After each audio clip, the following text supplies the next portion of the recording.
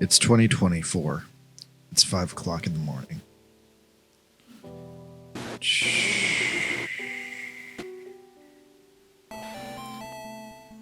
It's 1989. My uncle is playing a game called Dragon Power. It's weird.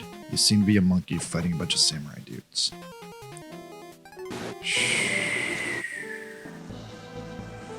It's 1995 now. Chrono Trigger comes out. Andy tells me this is the best game that was ever made. I think we ran it from Blockbuster alongside of Stunt Race FX, and we got a pizza, and we just played Chrono Trigger the entire night. We made it all the way to the Mecha Dragon. We couldn't beat the Mecha Dragon. I suddenly remember how slow time moves when you're a child. 2 long years later, anime is just starting to take off in America. Sailor Moon and Dragon Ball Z start airing sporadically in the morning before school. It's easier for me to take in episodes of Sailor Moon because they're episodic and random. Meanwhile, DBZ is airing episodes of the Saiyan arc out of order, and I can't follow it. At some time later, Cartoon Network acquires both shows and starts playing them in the proper order.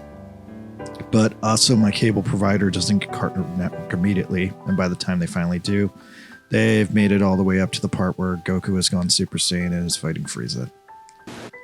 2 more years pass. I still want to beat Chrono Trigger.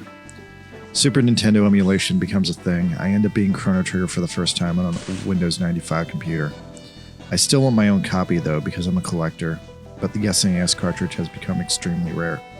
The price has spiked to above $100, which is more than it was when it came out. Around this time, I also play a Japanese copy of Dragon Ball Z Hyperdimension on the emulator. I'm extremely expressed by the very detailed sprite work in this game. However, this game confuses me because it heavily features Cell and Boo, and at this time, I have no idea who the hell they are. A few months later, they announce a port of Chrono Trigger for the PlayStation. It has brand new anime cutscenes, and it includes a totally free, worthless game I don't want called Final Fantasy IV. I end up buying this version because I want Chrono Trigger so bad. I beat Chrono Trigger again on a real TV for the first time. The anime scenes probably only add up to 2 minutes of content, but they somehow greatly enhance the game for me. Later, I also play Final Fantasy IV, but it takes me several years to beat it because of the overall difficulty and the overall lack of interest I had in it. Also, I think I got stuck when everyone turned to stone. DBZ continues airing on Cartoon Network. Cell Saga is pretty much peak DBZ. DBZ has never been scarier than when Cell was introduced. Boo happens later. Boo was trying to double down on Cell, but Boo is way too weird, and the Boo saga goes on for way too long. A few more years pass. I'm now in high school. DBZ has finally finished airing all its arcs on Cartoon Network, so then they go back to the beginning and finally air Dragon Ball properly. Now, I think before this, at some time, I was able to somehow witness the first badly censored dub of Dragon Ball. I don't know who made it, but it was the Pilaf Saga. I like it a lot better when it airs on Cartoon Network because it's more faithful to the original, and it's got the more familiar Funimation dub actors that I've grown used to. Dragon Ball really peaks for me somewhere around the Red Ribbon Army arc. The mix of comedy and action here is just absolutely perfect. It's the finest in the entire series and maybe the finest of Toriyama's career. I could probably do a video about the best episode of Dragon Ball in the entire franchise, and I would probably definitely pick an episode from the Red Ribbon Army arc. It is now 2003. American Shonen Jump comes out. I'm really into this because I was aware of Japanese Shonen Jump, and I consider this a great development for America. American Shonen Jump starts from the beginning with early issues of the super violent Yu-Gi-Oh!, the super chill Naruto, the super crazy One Piece, and Dragon Ball Z because it's popular. On top of that, it also has a new story by Akira Toriyama called Sandland, which he was actively writing at the time. I kinda didn't like Sandland back then. It felt like a major downgrade from DBZ. It felt like a weird mixture of the adventure spirit the original Dragon Ball had, but then it had all that demonic shit I didn't like from the Boo Saga. So honestly, Sandland lost my interest pretty fast. But somewhere in the midst of all this, I become aware of Akira Toriyama. Akira Toriyama introduces himself to me. He tells me he's a robot. He doesn't quite look like a robot to me, though. He looks more like a Shy Guy from Mario. But he also tells me that he's looked like a Shy Guy from Mario before Shy Guys from Mario existed. And I know he's not a robot. I know at best he's a man in a robot costume, but screw it. He tells me he's a robot, he's a robot. So this is how I know him, and this is, for the most part, all I know about him for the rest of my life. but for the rest of my life, he shows me some really cool things. So now I'm on a manga kick, and I hear about Dr. Slump, and everyone tells me it's the absolute best manga Akira Toriyama ever made. It's better than Dragon Ball, it's funnier, it predates it, and on top of that, a rally shows up in one episode of Dragon Ball. Because I don't really understand how time works, I think this is a backdoor pilot for Dr. Slump, but then I later find out it's actually a post-series nostalgic crossover going back to Dr. Slump. Oddly enough, Dragon Ball Super has one too. Anyway, I'm able to find fan translations of like the first 10 volumes of the manga, and it's great. I fucking love Dr. Slump. I assume at this time arrogantly that once they run out of Dragon Ball content, Funimation will obviously localize Dr. Slump right away. I mean, how could they not? It's a massive cash cow. But they never do. Arale, meanwhile, is so popular that she continues to pop up in random Dragon Ball Z video games over the years just to mock me because everyone loves her and she's that cool. After that, Dragon Ball GT comes out. Dragon Ball GT was not very good, and I'm old enough to not care about it as much. At least Trunks was cool in it, and Pan was kind of cool. But I was majorly disappointed that Goku and Vegeta were really not that active in the series. GT. Then the Wii comes out. I get Dragon Ball Z Hyper Budokai or whatever. I get it because it's a Wii launch title and there's not much else to get at the Wii at the time. The motion control attacks are a fun novelty, and I spend a couple of months doing Kamehamehas in my room. Around the same time as this, Jump Superstars comes out in Japan, and then Jump Ultimate Stars comes out soon after it on the DS. I import them both because they are just so fucking cool. And once again, I am so annoyed that Dr. Slump is still not available in America. Making this even more annoying is that the ultimate boss in both of these games is randomly Dr. Mascherito from Dr. Slump. I later learned that this is a dramatic twist on an inside joke because Mascherito was an evil caricature of the Shonen Jump editor. So, who better to be the villain of Shonen Jump? A little bit after this, Toriyama releases a new game called Blue Dragon for the Xbox 360. There's later an anime. I eventually get a 360 close to its console def and play a couple of exclusive games like Dead Rising on it, but I for the most part ignored Blue Dragon because it gets largely unimpressive reviews. There is eventually an anime adaptation too, but I ignore that as well because it just looks like a worse version of Dragon Ball. I wonder now if I should give it another chance. By the way, at some point I became aware of Dragon Quest, but I just really never got into any major Dragon Quest games. I barely put up with Dragon Quest VII because that one, for me, looked the most like DBZ, and I'm aware that Koichi Sugiyama did the music, and Koichi Sugiyama was a very good, except slightly racist musician. But yeah, anyway, continuing. So meanwhile, back in America, DBZ Abridged comes out. DBZ Abridged is big enough that I'm going to acknowledge it because it basically kept the Dragon Ball Z fandom going for like a good decade. And I have some general respect for the things those guys did, even if they put Nappa in it way too much. 2009, Dragon Ball Evolution comes out. It's fucking terrible. Even Toriyama shows up and he's like, oh, they didn't listen to me. That's why it's bad.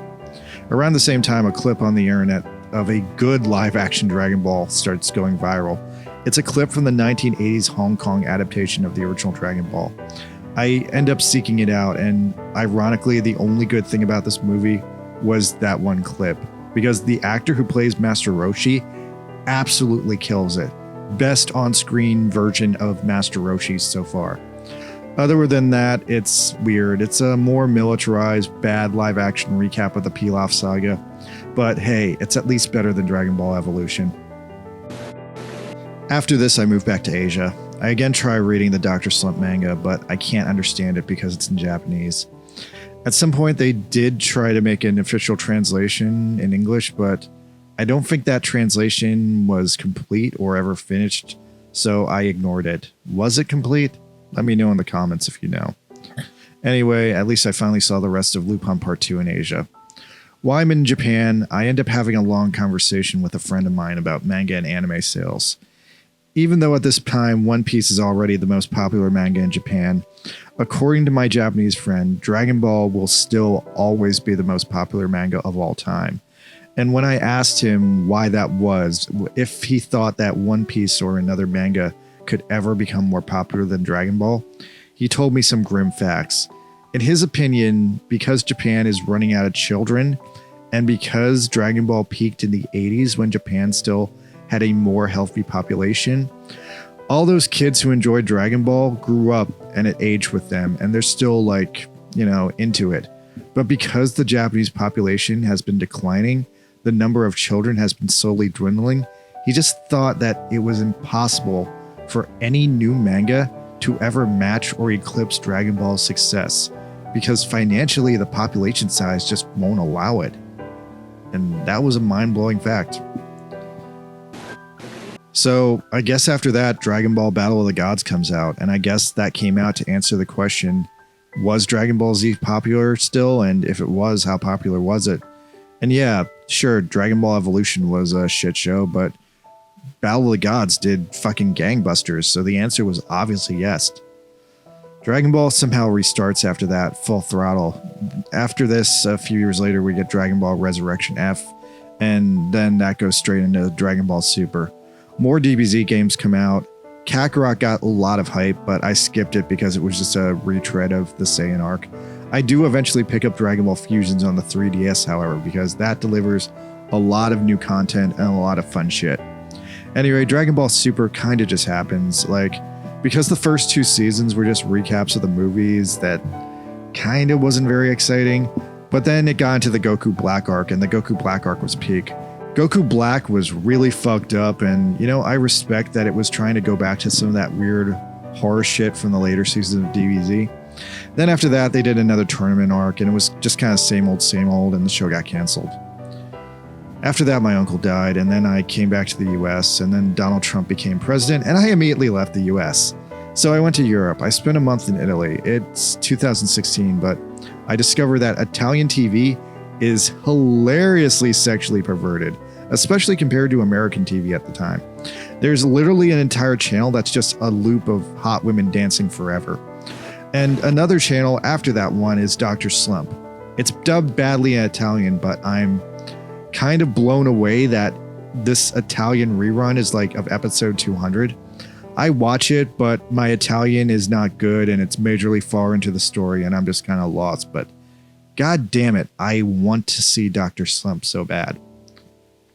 I eventually returned to the US when things died down, and I discovered that Tubi has finally officially released subbed-only versions of the 1990s remake of Dr. Slump, where Arale has brown hair, and I guess the story has been kind of streamlined. Goku makes several cameo appearances in the show, by the way. Initially, Goku shows up as the popular manga character Goku from Dragon Ball Z, but then in a weird reverse crossover, they later readapt the Arale Goku crossover episodes from Dragon Ball, except this time they're from Arale's perspective. I binged the whole series immediately. It's just that good. I even think that the brown-haired Arale is a little bit more realistic, but honestly, I still really want to see the 80s anime where Arale has that goofy purple hair. Sometime after this, I started binging all the Ultraman series, and I finally realized that the weird, fat, ugly version from Ultraman and Dr. Slump is supposed to be a parody of Ultraman 80.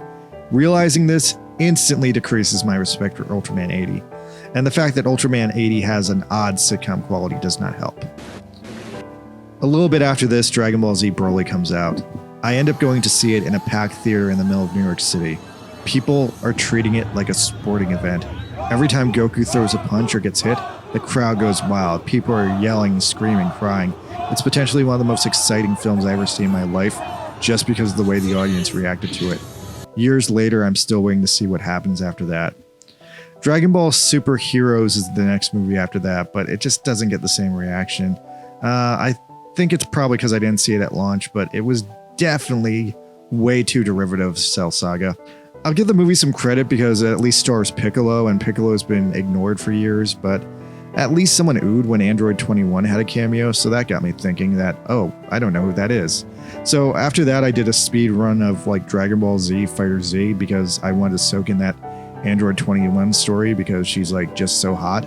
The game was fun, but I don't know, at that point I was kind of over fighting games. It felt just too retro for me at the time. Now, a little bit after this, they announced that they're going back to Sandland. There's going to be a super expansive, super major PS5 RPG coming out, and also it's finally going to get a proper anime adaptation. Since I nostalgically remember this manga as something I didn't enjoy as a child, I'm now willing to give it a second shot as an adult. And the PS5 game honestly looks so freaking fun. Like, you've got vehicles and you can customize it. I'm all about that. Yeah, I'm actually really looking forward to the Sandland PS5 game. Oh, and then, like, was there another Dragon Ball Z anime? Was that like an OVA or like a web series? Somehow that like stealthily like happened in the background. It was called like Dragon Ball Heroes or something. Was it based on a gacha game? It wasn't on TV, so I didn't take it seriously, but I'm pretty sure that's a thing that exists. Anyway, so back to superheroes. Apparently, Dragon Ball Superheroes is the formal ending of the Dragon Ball Super manga, as far as I can tell, where it's currently at, but maybe I'm wrong. Also, apparently, between Broly and Superheroes, there were apparently 2 unadapted arcs about like Goku and Vegeta doing some shit in space. I don't know when this will ever be adapted, but I'm sure Dragon Ball Z Super will hopefully come back at some point and show this like missing arc. At some point in the production of Super, Toriyama just started taking a backseat driver approach and letting his disciple Toyotaro do a lot of the artwork. I'm not even sure the level of capacity he was still working on the Dragon Ball Super manga, but he was mostly writing the story and designing the characters at the very least. So yeah, that's still his story at the end. I start to wonder if Toriyama was rich in his old life. I kind of don't think he was ever rich, but he did at least have a level of true freedom that I'm kind of envious of. And yeah, I guess I don't know if Dragon Ball Super will continue on after this. I don't know if Toriyama left notes or it will just fold back into the pre-established ending of Dragon Ball Z and all that jazz, but I expect it will come back someday and just adapt those 2 missing arcs whenever they get around to it. Thinking about all this has made me realize that I'm extremely upset that Dr. Slump has never been properly or fully localized in America. I still want to see that purple-haired Raleigh anime, and I'm literally waiting my entire life to see that fucking anime. I did one last thing today. I picked up a copy of Akira Toriyama's Manga Theater. This is a short anthology collection of all the manga he made in his 20s before Dr. Slump. All the ones that weren't good enough and all the ones that kind of like defined him as failure, but at the same time he got through those failures. Anyway, that's kind of cool, I guess. Hey, robot. Hey, why aren't you moving anymore?